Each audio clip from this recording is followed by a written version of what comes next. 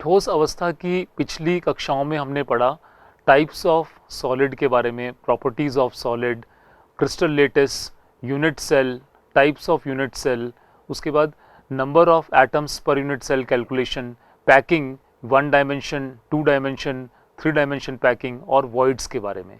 आज की solid state की क्लास में हम पढ़ेंगे एक तो पैकिंग एफिशिएंसी और दूसरा हम defects in the solid.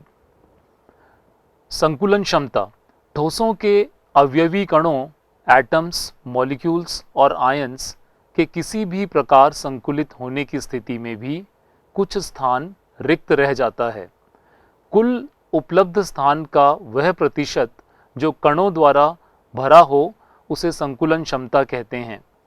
HCP और CCP संरचनाओं में संकुलन क्षमता लगभग बराबर होती है। ये हमने पिछली कक्षा में देखा कि 74% संकुलन क्षमता इनमें थी। किस तरह से इस संकुलन क्षमता को कैलकुलेट करते हैं वो हम आज देखते हैं। HCP और CCP संरचनाओं में संकुलन क्षमता, माना कि CCP संरचना के एकक कोशिका के किनारे की लंबाई एज लेंथ a है तथा फलक विकर्ण AC B के बराबर है।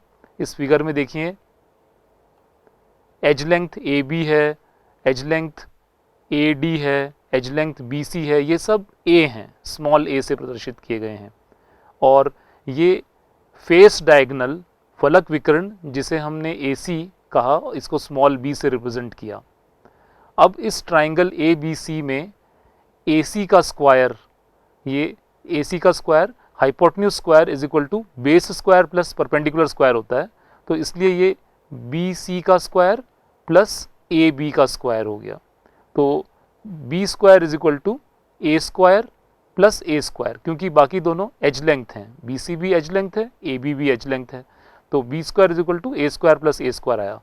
मान लिया कि यदि गोलों की त्रिज्या R है, इन गोलों का रेडियस अगर R है, तो आप देखें इस B में कितने R आ रहे हैं। एक पूरा गोला आना मतलब 2 रेडियस तो ये हो गए, एक रेडियस ये वाला हो गया, A से A वाले पॉइंट पे जो गोला है उसका रेडियस, और C वाले पॉइंट पे जो गोला है उसका रेडियस। इस तरह से ये स्मॉल b की वैल्यू क्या हो गई, 4R, 4R, b is equal to 4R। अब इस फॉर्मूले में b स्क्वायर की जगह हम क्या लिखेंगे, 4R का square, 4R square is equal to 2A square हो गया। यहाँ से a स्क्वायर को ऐड कर दिया और ये 2A स्क्वायर आ गया। अब दोनों तरफ अगर स्क्वायर रूट लेते हैं हम, तो ये हो जाएगा 4R is equal to root 2A। इससे अगर a कैलकुलेट करें, एज लेंथ को रेडियस के टर्म्स में कैलकुलेट कर रहे हैं, edge length is equal to क्या हो जाएगा, 4R अपॉन रूट 2, जिसे 2 रूट 2R भी लिख सकते हैं। R त्रिज्या वाले गोले का आयतन कितना होता है, 4/3 पाई R क्यूब। और पिछली कक्षा में CCP FCC लेटिस में हमने पढ़ा था कि number of atom per unit cell 4 होते हैं वहाँ पे। तो अगर हम उस सेल में उपस्थित गोलों का कुल आयतन निकालें तो 4 इंटू 4/3 पाई R क्यूब हो जाएगा। 4 गोले और एक गोले का आयतन 4/3 पाई R क्यूब, 4 गोलों का आयतन 4 इंटू 4/3 पाई R क्यूब। और हम जानते हैं कि A किनारे वाले घन का आयतन पूरे क्यूब का जो आयतन है वो A क्यूब होगा। अतः समीकरण 1 से A का मान रखने पर एकक कोशिका का कुल आयतन A क्यूब होगा, और A की वैल्यू हमने पहले लिखी थी रूट 2R, 2 रूट 2R का होल क्यूब। अतः संकुलन क्षमता का ये फॉर्मूला, जहां हमें एक कोशिका में चारों गोलों की अध्यासित आयतन अपॉन एकक कोशिका का कुल आयतन इंटू 100, ये क्या किया हमने, जो यूनिट सेल में परमाणु या अवयवी कण हैं उनके आयतन को न्यूमरेटर में रखते हैं, टोटल आयतन नीचे रखा जाता है।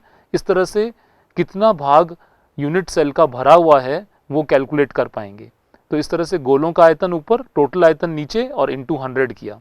अब यहाँ ये value 4 into 4/3 pi R cube upon 2 root 2R का होल क्यूब इंटू 100, इसको जब सॉल्व करते हैं तो ये 74% आता है। तो इस तरह से हमने देखा face centred cubic lattice HCP या CCP, इनकी संकुलन क्षमता 74% है और यह अधिकतम है। अंतः केंद्रित घनीय संरचनाओं में संकुलन क्षमता, packing efficiency in body centred cubic structures. मान लिया अंतः केंद्रित घनीय संरचना चित्र में ली गई है। इस चित्र में देखें कॉर्नर्स पे कांस्टेंट पार्टिकल्स हैं, उसके अलावा एक सेंटर पे भी है ना। ये बॉडी सेंटर्ड क्यूबिक लेटिस हो गया, क्यूबिक यूनिट सेल हो गया। अंतः केंद्रित घनीय संरचना में केंद्र में अवस्थित परमाणु विकर्ण पर व्यवस्थित अन्य दो परमाणुओं के संपर्क में है। इसमें हमने ये लिया है कि सेंटर का जो एटम है वो कॉर्नर्स पे ई, ए और एफ पे जो एटम हैं उनके साथ स्पर्श करता हुआ, टच करता हुआ है। तीनों लगातार यहाँ पर मान लीजिए ये ए सी, ये जो सी है ये ए एफ के लिए लिखा है, जो कि तीनों गोले टच करते हुए हैं। मान लिया कि घनीय एकक की एक भुजा ए है और एज लेंथ सारी ए हैं, जहाँ जहाँ पर भी क्यूब की एज लेंथ आएंगी वो ए से रिप्रेजेंट किया है। अब ट्राइंगल ई एफ डी में विकर्ण एफ डी स्मॉल बी से रिप्रेजेंट किया है। ये देखें ट्राइंगल ई एफ डी, इस ट्राइंगल में इस डायगोनल को स्मॉल बी से रिप्रेजेंट किया। और triangle A F D, A F और ये डी, इस ट्राइंगल में ए एफ डी में ए एफ को स्मॉल सी से रिप्रेजेंट किया है। ठीक है। ट्राइंगल ई एफ डी के अंदर अगर अपन देखते हैं तो जो हाइपोटेन्यूज है वो बेस का स्क्वायर और परपेंडिकुलर स्क्वायर के बराबर, यानी कि ई डी का स्क्वायर और ई एफ का स्क्वायर, जो कि दोनों ही एज लेंथ्स हैं, तो इसलिए ए स्क्वायर कर दिया है। तो B square is equal to A square plus A square, ये 2a स्क्वायर आ गया। तो रूट लेने पे, स्क्वायर रूट करने पे b is equal to root 2a आ जाएगा।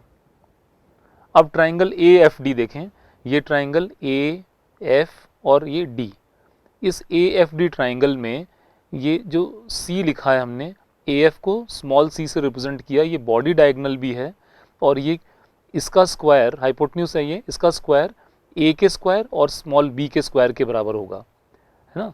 तो इस ट्राइंगल में C square is equal to A square plus B square, C square is equal to A square plus B की वैल्यू डाल दी हमने, बी का भी पीछे निकाला था हमने कि 2a स्क्वायर था, तो यहाँ पर 2a स्क्वायर लिख दिया। अब सी स्क्वायर इज इक्वल टू हो जाएगा 3a स्क्वायर हो जाएगा। ये c की वैल्यू निकालेंगे तो दोनों तरफ रूट लेने से रूट 3a आ गया। अब ये स्मॉल c की वैल्यू रूट 3a है। अब माना कि परमाणु की त्रिज्या r है, तो ये c कितना होगा, क्योंकि यहाँ पर भी आप देख रहे हैं 2 रेडियस तो इस बीच वाले गोले के, एक रेडियस a पे जो गोला है वहाँ, एक रेडियस जो f पे गोला है वहाँ, इस तरह से 4 रेडियस आ गया। तो c की जो वैल्यू है उस बॉडी डायगोनल की वैल्यू 4r के बराबर हो गई। अतः समीकरण 3 में c की जगह पे आप 4r लिख दें, 4r is equal to root 3a आ गया। इससे अगर a कैलकुलेट करेंगे तो a is equal to 4r upon root 3। अब अंतः केंद्रित घनीय BCC संरचना में परमाणुओं की कुल संख्या पहले कैलकुलेट की है, 2 होती है। 8 कॉर्नर वाले एटम इंटू 1/8 1 एटम हो गया, और एक सेंटर पे जो एटम है उससे 1 आ गया, तो 2 एटम पर यूनिट सेल है। अब एक परमाणु की आयतन होता है 4/3 पाई r क्यूब, क्योंकि BCC में 2 परमाणु आते हैं पर यूनिट सेल, तो 2 इंटू 4/3 पाई r क्यूब ये परमाणुओं का आयतन आ गया। और उस घन का आयतन निकालें जो कि a क्यूब है, तो 4r अपॉन रूट 3 का होल क्यूब, क्योंकि अभी हमने a is equal to 4r upon root 3 calculate किया, उसलिए a क्यूब करेंगे तो 4r अपॉन रूट 3 का होल क्यूब हो जाएगा। तो ये तो पूरे यूनिट सेल का आयतन है, और ये जो परमाणु उसको ऑक्यूपाई करते हैं, उसमें आते हैं, उनका आयतन है। अब अगर हम अंतः केंद्रित घनीय संरचना में संकुलन क्षमता ज्ञात करते हैं, इस फॉर्मूला में एकक कोष्टिका में 2 गोलों द्वारा अध्यासित आयतन, 2 गोलों का आयतन क्या है 2 इंटू 4/3 पाई r क्यूब, और नीचे एकक कोष्टिका का कुल आयतन ये होगा 4r अपॉन रूट 3 का होल क्यूब। ये सारी वैल्यू यहाँ डाल दी हमने, कैलकुलेट करने पे संकुलन क्षमता आती है 68%। तो आपने देखा कि HCP, CCP, FCC में 74% था और BCC body centred cubic lattice में 68% है। यहाँ संकुलन क्षमता CCP लेटिस की तुलना में कम हो गई है। अब ये सिंपल क्यूब देखते हैं, सरल घनीय जालक में संकुलन क्षमता, packing efficiency in simple cubic lattice. Simple cubic lattice में, ये इस लेटिस में आप देखें हर कॉर्नर पे एक एक एटम, मॉलिक्यूल या आयन होगा, यानी कि कांस्टेंट पार्टिकल होगा, तो ये हमने एक ए पे और एक एच पे दो गोलों को दिखाया, वो इस तरह से हैं कि एज के ऊपर उनका एक रेडियस और इसका दूसरा रेडियस मिला के एक एज पूरी हो गई। ए से लेके एच तक की दूरी कितनी हुई, आर, और ये वाला आर 2r हो गया। एक सरल घनीय जालक में केवल घन के कोनों पर परमाणु उपस्थित होते हैं, और मान लिया कि घन की एक भुजा की लंबाई a है, तो प्रत्येक कण की त्रिज्या r है, और चूंकि घन के किनारों पर कण एक दूसरे के संपर्क में होते हैं, और हमने देखा ये a है 2r के बराबर, जो ये एज लेंथ है ये वाली a से h तक की दूरी ये 2r हो गई है ना। तो अब घनीय एकक कोष्टिका का आयतन कितना हो जाएगा, a क्यूब हो जाएगा 2r का होल क्यूब, यानी कि 8r क्यूब। अब चूंकि सरल घनीय एकक कोष्टिका में केवल एक परमाणु होता है, प्रिमिटिव यूनिट सेल में केवल कॉर्नर्स पे ही एटम होते हैं, और पर यूनिट सेल कैलकुलेशन में देखा कि 8 × 1/8 करने से केवल 1 एटम आता है, इसलिए यहाँ पर number of atom per unit cell 1 है। तो आयतन कितना हुआ 4/3 πr क्यूब, और संकुलन क्षमता एक परमाणु का आयतन अपॉन घन का कंप्लीट कोष्टिका का आयतन इंटू 100, तो 4/3 πr cube upon 8r cube into 100। तो इसको सॉल्व करेंगे तो ये 52.4% आता है। तो देखा कि सिंपल या प्रिमिटिव क्यूब में सबसे कम पैकिंग एफिशिएंसी है, सबसे अधिक HCP CCP में पैकिंग एफिशिएंसी 74%, और BCC स्ट्रक्चर में 68%, और सिंपल क्यूबिक लेटिस में 52.4%। तो अधिकतम पैकिंग एफिशिएंसी CCP और HCP संरचना में है। अब देखते हैं एकक कोष्टिका विमा संबंधी गणनाएं, calculations involving unit cell dimension. Unit cell के डायमेंशन की सहायता से यूनिट सेल का आयतन निकाला जा सकता है ना। यूनिट सेल का आयतन कैसे निकालेंगे, क्योंकि हमें लंबाई पता है उसकी, यूनिट सेल की a लिखी है ना, तो a क्यूब उसका आयतन हो जाएगा, है ना। और पदार्थ का घनत्व स्मॉल d से रिप्रेजेंट किया, पदार्थ तथा एकक कोष्टिका घनत्व बराबर होता है।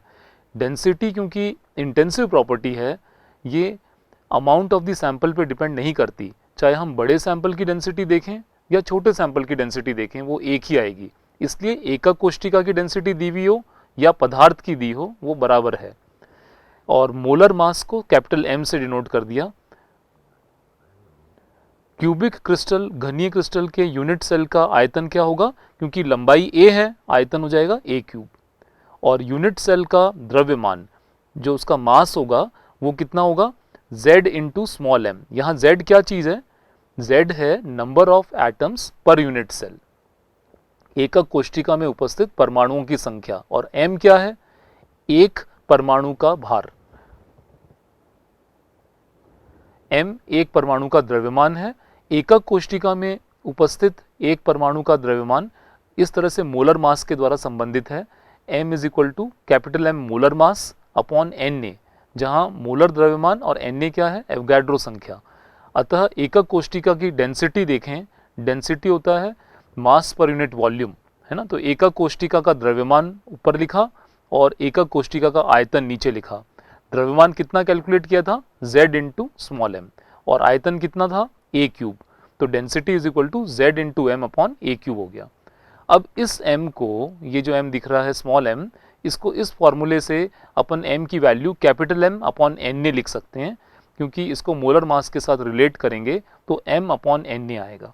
तो यहाँ इस m को हमने बदल के कैपिटल M अपॉन Na लिख दिया है। अब ये हो जाएगा density is equal to Zm upon Na into a cube. m जो है एक परमाणु का द्रव्यमान है, एकक कोष्टिका में उपस्थित एक परमाणु का द्रव्यमान मोलर मास के साथ इस तरह से रिलेटेड है। m is equal to capital M जो कि मोलर द्रव्यमान है अपॉन Na जो कि एवोगाड्रो संख्या है। अतः एकक कोष्टिका का घनत्व डेंसिटी क्या होगा, मास पर यूनिट वॉल्यूम। तो ऊपर हम मास जब लिखेंगे यूनिट सेल का तो z इंटू एम पीछे कैलकुलेट किया था, d is equal to z into M upon एकक कोष्टिका का आयतन क्या होगा, a क्यूब। इस तरह से इस m को अगर रिप्लेस करें इस फॉर्मूले में देखें, m is equal to capital M upon Na, तो यहाँ पर m की जगह पे क्या आ जाएगा, कैपिटल M अपॉन Na। तो फॉर्मूला बन गया d is equal to Zm upon a cube into Na। तो d is equal to Zm upon a cube into Na। इस फॉर्मूले में अगर हमें 5 पैरामीटर हैं, इनमें से कोई भी 4 पैरामीटर अगर हमें दे दिए जाएं तो 5वां पैरामीटर निकाला जा सकता है। तो ये यूनिट सेल डायमेंशन से हम कोई डेंसिटी ऑफ द क्रिस्टल या एज लेंथ निकाल सकते हैं ए, या number of atoms per unit cell भी निकाल सकते हैं, या मोलर मास कैलकुलेट कर सकते हैं। यौगिक का सूत्र तथा समपूरित रिक्तियों की संख्या, formula of a compound and number of voids field. जब ठोस के अवयव कण निविड संकुलित क्लोज पैक्ड होते हैं तो या तो सीसीपी या एचसीपी संरचनाएं बनती हैं, क्योंकि देखा इनके अंदर हमने 74% पैकिंग एफिशिएंसी है, तो सबसे क्लोजेस्ट पैक यही हैं। इस स्थिति में दो तरह की रिक्तियां वॉइड उत्पन्न होती हैं, अष्टफलकीय रिक्तियां तथा चतुष्फलकीय रिक्तियां। अष्टफलकीय रिक्तियों की संख्या जालक में निविड संकुलित कणों की संख्या के बराबर होती है, जबकि चतुष्फलकीय रिक्तियों की संख्या निविड संकुलित संख्या के दोगुनी होती है। ये हमने देखा, अगर मान लीजिए यूनिट सेल के नंबर ऑफ एटम्स की संख्या n आती है तो वहाँ टेट्राहेड्रल वॉइड्स कितने बनेंगे? टेट्राहेड्रल वॉइड 2n, और ऑक्टाहेड्रल वॉइड उस संख्या के बराबर n बनेंगे। आयनिक ठोसों में साधारणतः ऋणायन जो कि बड़ा होता है, क्लोज पैक्ड स्ट्रक्चर वही बनाएगा, और धनायन जो कि छोटा होगा वो रिक्तियों में भरेगा। यदि धनायन पर्याप्त लघु हों तो चतुष्फलकीय रिक्तियों में, और अगर बड़े हों तो अष्टफलकीय रिक्तियों में आते हैं। इस स्थिति में भी सभी चतुष्फलकीय तथा अष्टफलकीय रिक्तियां अध्यासित नहीं होती हैं, बल्कि अध्यासित होने वाली रिक्तियां यौगिक के रासायनिक सूत्र पर निर्भर करती हैं। हमने कहा कि छोटा आयन होगा तो टेट्राहेड्रल वॉइड, बड़ा कहा तो ऑक्टाहेड्रल वॉइड में आएगा, लेकिन सारे वॉइड जरूरी नहीं है ऑक्यूपाइड हों। ये ऑक्यूपेंसी किस पे निर्भर करती है? कंपाउंड का क्या फॉर्मूला है उसके आधार पर भरी जाएंगी। अब दूसरा टॉपिक पढ़ते हैं, ठोसों में अपूर्णताएं। क्रिस्टलीय ठोस के अवयवी कणों की व्यवस्था के क्रम में अनियमितता होने के कारण क्रिस्टल परिपूर्ण नहीं होते हैं तथा उनमें दोष उत्पन्न हो जाता है। ठोस में उत्पन्न दोषों को क्रिस्टल दोष या ठोस में अपूर्णता कहते हैं। ठोस में उत्पन्न दोष व्यापक रूप से दो प्रकार के होते हैं, बिंदु दोष और रेखीय दोष। यदि हम क्रिस्टल को मॉडरेट स्पीड पे या फास्ट रेट से क्रिस्टलाइज करके बनाते हैं तो दोष अधिक होगा, और अगर स्लो रेट से क्रिस्टलाइज करते हैं तो दोष होता है लेकिन कम होगा। और मुख्यतः यह दो प्रकार के दोष, पॉइंट डिफेक्ट और लाइन डिफेक्ट पड़ेंगे। बिंदु दोष क्या है? एक क्रिस्टलीय पदार्थ में बिंदु अर्थात एक परमाणु के चारों ओर की आदर्श व्यवस्था में अनियमितता तथा विचलन होना बिंदु दोष कहलाता है। केवल एक पॉइंट पे ही कोई आइडियल सिचुएशन से वेरिएशन होगा, किसी एक परमाणु की जगह परमाणु नहीं है या इंटरस्टिशियल जगह पे परमाणु आ गया है, इस तरह का किसी एक परमाणु या अवयवी कण के पर ही अव्यवस्था हो तो उसे बिंदु दोष कहा जाएगा। रेखीय दोष, एक क्रिस्टल पदार्थ जालक बिंदुओं की पूर्ण पंक्तियों की आदर्श व्यवस्था में अनियमितताएं अथवा विचलन होना रेखीय दोष कहलाता है। पूरी की पूरी लाइन में ही अगर आदर्श से हटकर अलग व्यवस्था हो तो वह रेखीय दोष होता है।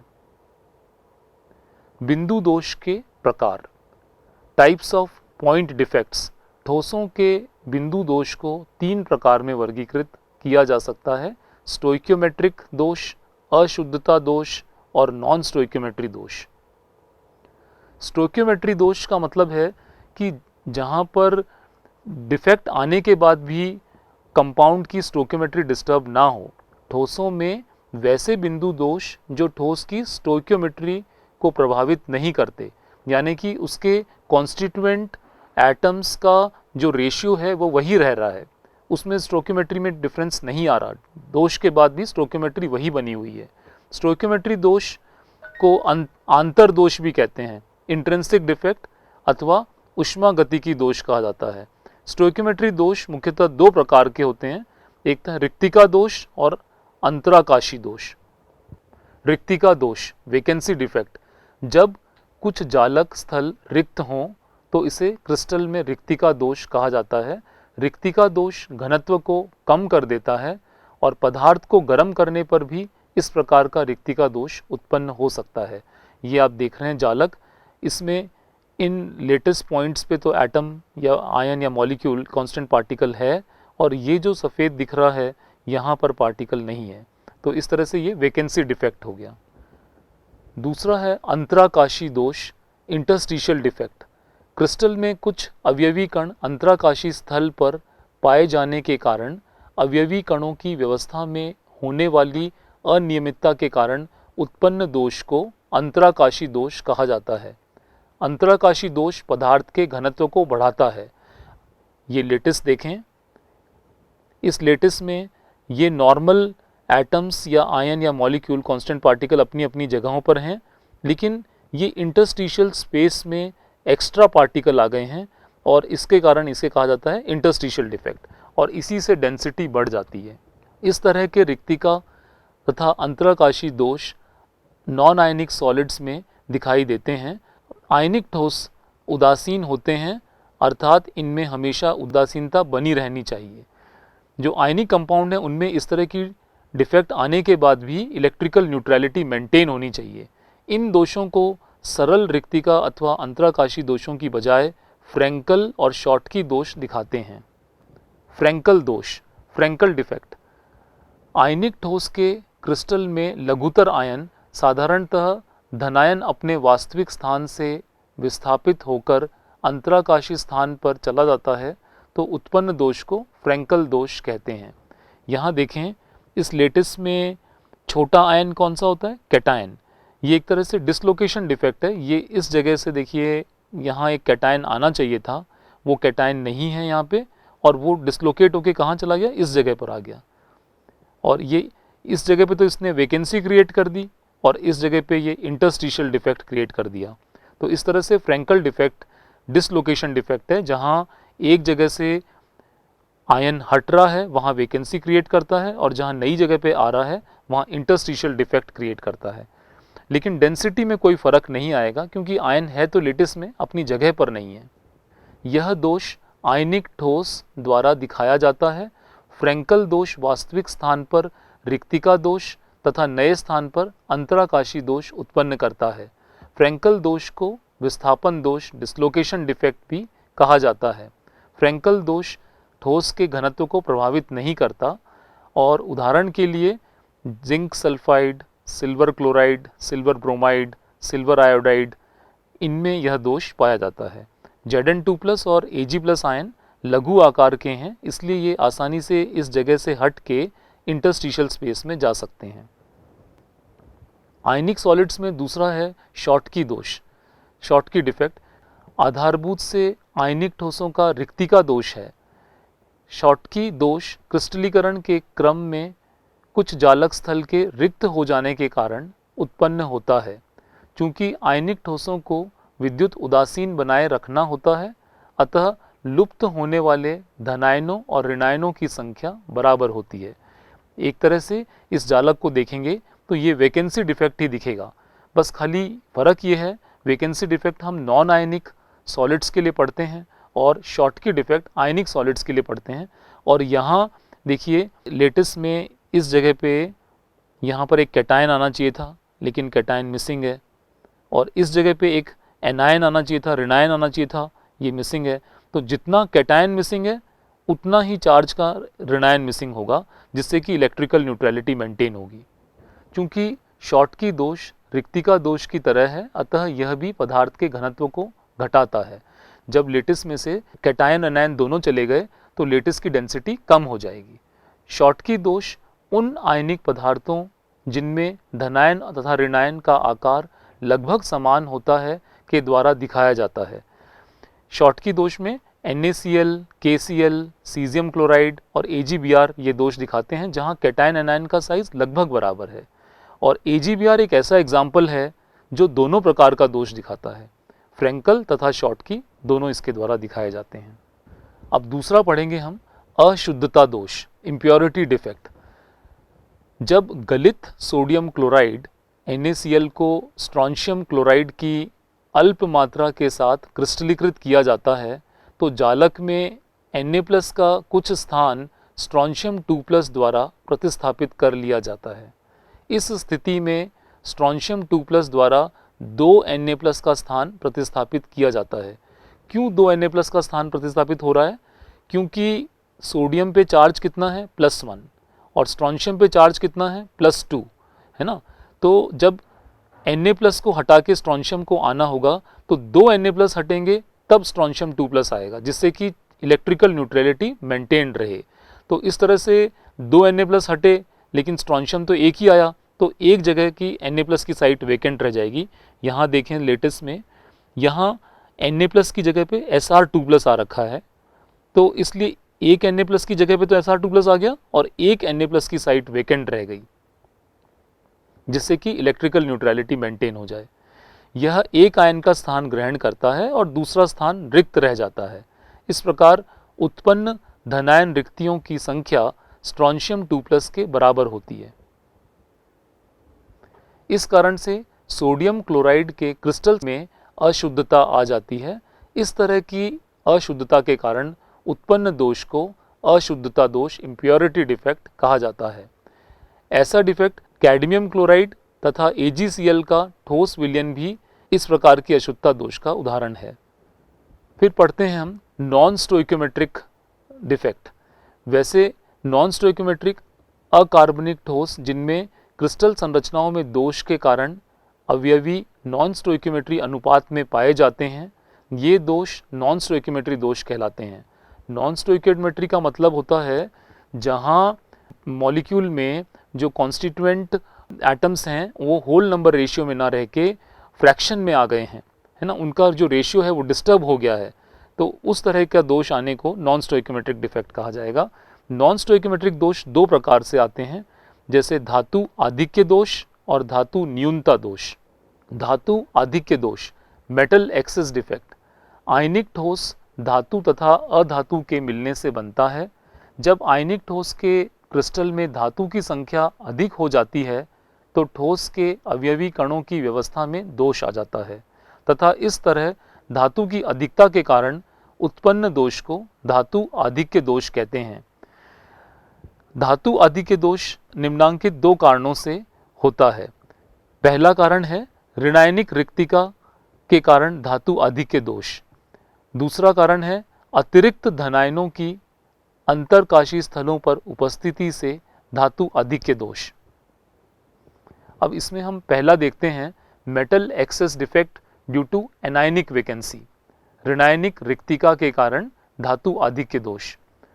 क्षारकीय हैलाइड जैसे NaCl, KCl इस प्रकार के दोष अर्थात ऋणायनिक रिक्तिका के कारण धातु आधिक्य दोष मेटल एक्सेस डिफेक्ट प्रदर्शित करते हैं।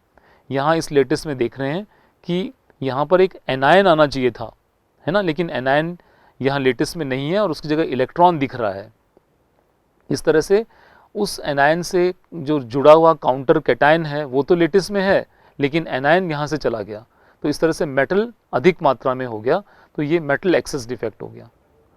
जब NaCl के क्रिस्टल को सोडियम वाष्प के वातावरण में गर्म किया जाता है तो सोडियम परमाणु क्रिस्टल की सतह पर जम जाते हैं। इस स्थिति में Na+ बनाने के लिए Na परमाणु से एक इलेक्ट्रॉन निकल जाता है। इस तरह निर्मुक्त इलेक्ट्रॉन विसरित होकर क्रिस्टल के ऋणायनिक स्थान को अध्यासित कर लेते हैं। इससे Cl आयन क्रिस्टल की सतह पर विसरित हो जाते हैं और Na परमाणुओं के साथ जुड़कर NaCl बना देते हैं। जब हमने सोडियम क्लोराइड को सोडियम के वाष्प में गर्म किया तो यहाँ से सोडियम वाष्प में से सोडियम परमाणु यहाँ सरफेस पर आकर जम जाता है और वो सोडियम परमाणु अपना एक इलेक्ट्रॉन देता है लेटिस में और वो खुद Na+ बन गया और लेटिस में से Cl- निकल के उसके साथ जुड़ जाता है। तो इस तरह से लेटिस में सोडियम तो है, काउंटर सोडियम तो है, लेकिन उसका Cl- निकल के इलेक्ट्रॉन आ गया, तो ये इस तरह से मेटल एक्सेस डिफेक्ट बन गया। परिणाम स्वरूप क्रिस्टल में सोडियम का आधिक्य हो जाता है अर्थात धातु का आधिक्य हो जाता, जिससे धातु आधिक्य दोष कहा जाता है। इस दोष के कारण उत्पन्न अयुग्मित इलेक्ट्रॉन द्वारा भरी ऋणायनिक रिक्तिका को F सेंटर कहते हैं। ये जो सेंटर है जहाँ पर अनपेयर्ड इलेक्ट्रॉन दिख रहा है इसे F सेंटर कहते हैं। जर्मन में फार्बन सेंटर जो कि रंग के लिए होता है और ये इसी के कारण इस क्रिस्टल में रंग आता है। जब विजिबल लाइट इस क्रिस्टल पे पड़ती है तो उसमें से ये अवशोषित करके इलेक्ट्रॉन एक्साइट होगा और एक्साइट होने के कारण ये पीला रंग दिखाता है। इसी तरह से लिथियम क्लोराइड का क्रिस्टल में लिथियम की अधिकता से गुलाबी रंग और पोटेशियम क्लोराइड में बैंगनी रंग आएगा। अतिरिक्त धनायनों की अंतरकाशी स्थलों पर उपस्थिति से धातु आधिक्य दोष। दूसरा धातु आधिक्य दोष metal excess defect due to presence of extra cation at interstitial site. ये कैसे डेवलप होगा? जैसे जिंक ऑक्साइड है, इस तरह का दोष प्रदर्शित करता है। जिंक ऑक्साइड का रंग कमरे के ताप पर सफ़ेद होता है, गर्म करने पर जिंक ऑक्साइड पीले रंग का हो जाता है, क्योंकि जिंक ऑक्साइड को जब गर्म करते हैं तो इसमें से ऑक्सीजन निकल जाती है। ZnO को हीट किया, Zn2+ plus oxygen plus 2 electron, तो ये ऑक्सीजन तो लेटिस से बाहर निकल गई, यानी कि एनायन तो लेटिस में से चला गया और उसका काउंटर Zn2+ आयन लेटिस में ही है। तो इस तरह से ये मेटल एक्सेस डिफेक्ट डेवलप कर रहा है और उसको इलेक्ट्रिकल न्यूट्रलिटी मेंटेन करने के लिए Zn2+ भी और वो दो इलेक्ट्रॉन दोनों ही इंटरस्टिशियल साइट्स पे साथ साथ में आ जाएंगे। ऑक्सीजन के निकलने से जिंक ऑक्साइड के क्रिस्टल में जिंक का आधिक्य हो जाता है और इसका सूत्र Zn1+xO बन जाता है। आधिक्य में उपस्थित Zn2+ आयन अंतराकाशीय स्थलों में और इलेक्ट्रॉन निकटवर्ती अंतराकाशीय स्थलों में चले जाते हैं। तो इस तरह से इलेक्ट्रिकल न्यूट्रलिटी तो मेंटेन हो गई, Zn2+ भी आयन लेटिस में और इलेक्ट्रॉन्स आ गए, लेकिन जो एनायनिक पार्ट ऑक्सीजन था वो ऑक्सीजन गैस के रूप में बाहर निकल गया। इस प्रकार धातु की अधिकता के कारण जिंक ऑक्साइड के क्रिस्टल में उत्पन्न दोष धातु आधिक्य दोष कहलाता है। अब दूसरा है धातु न्यूनता दोष, मेटल डेफिशिएंसी डिफेक्ट। कई ऐसे ठोस हैं जिन्हें स्टोइकियोमेट्री संगठन में बनाना कठिन होता है एवं इनमें सामान्य अनुपात की तुलना में धातु की मात्रा कम होती है। अतः धातु के क्रिस्टल के ऐसे दोष जिनमें धातु की स्टोइकियोमेट्री अनुपात की तुलना में धातु की मात्रा कम होती है, उन्हें धातु न्यूनता दोष कहते हैं। यहाँ FeO आना चाहिए था, लेकिन कई बार ये FeO ना रह के Fe.95O होता है और इसकी रेंज है Fe.93O से लेके Fe.96O। तो 1:1 रेशियो की जगह यहाँ पर धातु कम दिख रही है, 0.96 है या 0.95, 0.93 इस तरह से दिख रही है। तो ये कब ऐसा होगा? FeO के क्रिस्टल में क्या है? आयरन की ऑक्सीडेशन स्टेट +2 है, तो Fe2+ धनायन कुछ लुप्त हो जाएंगे और धनावेश को क्षतिपूर्ति Fe3+ आयनों की आवश्यक संख्या से होती है। तो इसमें जैसे 3 Fe2+ आयन मान लीजिए लेटिस में से निकले, कितना चार्ज निकला? 6+ चार्ज निकला, लेकिन आने वाले Fe3+ कितने आएंगे?